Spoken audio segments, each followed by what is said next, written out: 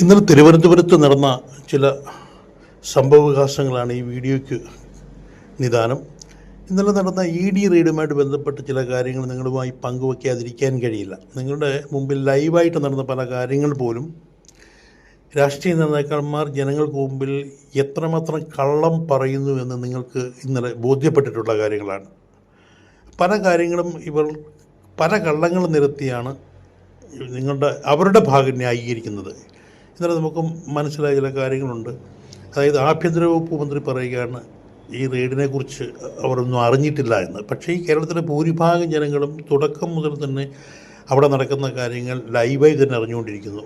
എന്നിട്ടും പോലീസ് ഇത് അറിഞ്ഞിട്ടില്ല, അല്ലെങ്കിൽ വിജിലൻസ് വിഭാഗം ഇത് അറിഞ്ഞിട്ടില്ല എന്ന് പറയുന്നതിന് കുറ്റകരമായ ഒരു അനാസ്ഥയും ജനങ്ങളോട് കള്ളം പറയുകയാണ്. കേരളത്തിലെ TV മാധ്യമങ്ങളിലൂടെ എല്ലാ വിവരങ്ങളും നമ്മൾ കണ്ടുകൊണ്ടിരിക്കുകയാണ്. ഈ മാധ്യമപ്രവർത്തകർ അവിടെ എത്തിയ സമയം മുതൽ നമുക്കറിയാം അവിടെ ആളുകൾ കൂടുന്നതും അതുപോലെ തന്നെ അവിടെ ആക്രമണം നടക്കുമെന്നുള്ള കാര്യവും നമുക്കറിയാം. പക്ഷേ ഇതൊന്നും ഈ ഭരിക്കുന്ന ആഭ്യന്തര വകുപ്പോ അല്ലെങ്കിൽ വിജിലൻസോ ഒന്നും അറിഞ്ഞിട്ടില്ല എന്ന് പറയുന്നത് എത്രമാത്രം പറയുന്നത് ജനങ്ങളുടെ മുമ്പിൽ കള്ളത്തരം പറയുന്നതിന് തുല്യമാണ്. അതുപോലെ തന്നെ അവിടെ സുരക്ഷ ഉറപ്പാക്കേണ്ട ഒരു ജോലി അവർ ചെയ്തിട്ടില്ല. അതുകൊണ്ട് അവർ തടി ഊരാൻ വേണ്ടിയാണിത് പറഞ്ഞതെന്നാണ് നമ്മൾക്ക് മനസ്സിലാക്കാൻ കഴിയുന്നത്. അതുപോലെ തന്നെ അവിടെ ആക്രമണം നടത്തിയ റെയ്ഡിന് ശേഷം പിരിഞ്ഞു പോകാൻ ശ്രമിക്കുന്ന ഡി ഉദ്യോഗസ്ഥരെ കൈകാര്യം ചെയ്യുവാനും അതുപോലെ തന്നെ അവരുടെ കാർ അടിച്ചു പൊളിക്കുകയും ഒക്കെ ചെയ്ത പാർട്ടി പ്രവർത്തകരായിട്ടുള്ളവരുണ്ട്, നേതാക്കന്മാരുണ്ട്. അപ്പോൾ ഇവരെ ശരിക്കും പറഞ്ഞു കഴിഞ്ഞാൽ ഈ ആക്രമണത്തിന് ശേഷം ഓടി പാർട്ടി ഓഫീസിൽ കയറുകയാണ്. പോലീസ് അവരെ അറസ്റ്റ് ചെയ്യാൻ വേണ്ടി അവിടെ നിൽക്കുമ്പോൾ അവർ പറയുന്നു അവരെ ഹാജരാക്കാൻ നേരിട്ട് അറസ്റ്റ് ചെയ്യാൻ കഴിയില്ല എന്ന്. കാരണം ഈ പോലീസ് ഉദ്യോഗസ്ഥർ മുമ്പിൽ തന്നെ പ്രതികളുണ്ട്, ജനങ്ങൾ കണ്ടുകൊണ്ടിരിക്കുകയാണ്. അവരെവിടെയുണ്ടെന്നുള്ളവർ ജനങ്ങൾക്ക് കൃത്യമായി അറിയുകയും ചെയ്യാം. പിന്നീട് ഇവരെ ഹാജരാകാമെന്ന് പറഞ്ഞതിന് ശേഷം പോലീസും ഇവരും തമ്മിലൊരു അഡ്ജസ്റ്റ്മെൻ്റ് ഉണ്ടാക്കിയതിന് ശേഷം അവർ പിരിയുന്നു.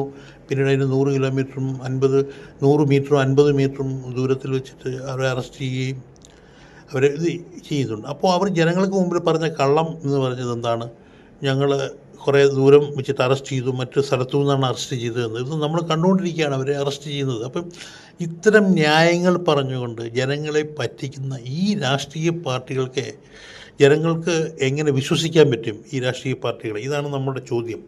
അതുപോലെ തന്നെ ഇവർ കേരളത്തിലെ ജനങ്ങൾക്ക് നൽകുന്ന സന്ദേശം എന്താണ്? ഇത് ഞങ്ങളുടെ അധികാരം ഉണ്ടെങ്കിൽ ഞങ്ങൾ എന്ത് അക്രമം വേണമെങ്കിലും ചെയ്യും, പ്രതികളെ സംരക്ഷിക്കാനും ഞങ്ങൾക്കറിയാം, പോലീസല്ല പട്ടാളം വന്നാലും ഞങ്ങൾ വിട്ടുകൊടുക്കില്ല എന്നതാണ് ഒരു മെസ്സേജാണ്. കാരണം എന്താണ് എന്ന് ചോദിച്ചു കഴിഞ്ഞാൽ ഇവരോട് ഒപ്പം പ്രവർത്തിക്കുന്ന പ്രവർത്തകരും അണികളും ഒക്കെ ഇവർക്ക് കൂടുതൽ ഇവരെ വിശ്വസിക്കാൻ വേണ്ടി ഇവർ ചെയ്തു കൂട്ടുന്നതാണ്. അതുപോലെ നേതാക്കന്മാർ ഈ സ്ഥലത്ത് വരികയും നേതാക്കന്മാർ അണികളെ ശാന്തമാക്കുന്നു. അതിനുശേഷം നേതാക്കന്മാർ പോയതിനു ശേഷം അണികൾ പ്രകോപിതരാകുന്നു. ഇതൊക്കെ വളരെ നാടകമാണ്. ഇതൊക്കെ ജനങ്ങൾക്ക് മനസ്സിലാക്കാൻ കഴിയുന്ന ഒരു നാടകമാണ്. പക്ഷേ ഈ ജനങ്ങൾ ഈ നാടകം ഉൾക്കൊണ്ടുകൊണ്ട് തന്നെ വീണ്ടും ജനങ്ങളിലും ഇവരുടെ ഏതെങ്കിലും ഒരു രാഷ്ട്രീയ പാർട്ടിയുടെ അടിമകളായി തന്നെ ഈ കേരളത്തിൽ തുടർന്ന് കഴുതകളെ പോലെ ജീവിക്കുകയാണ്.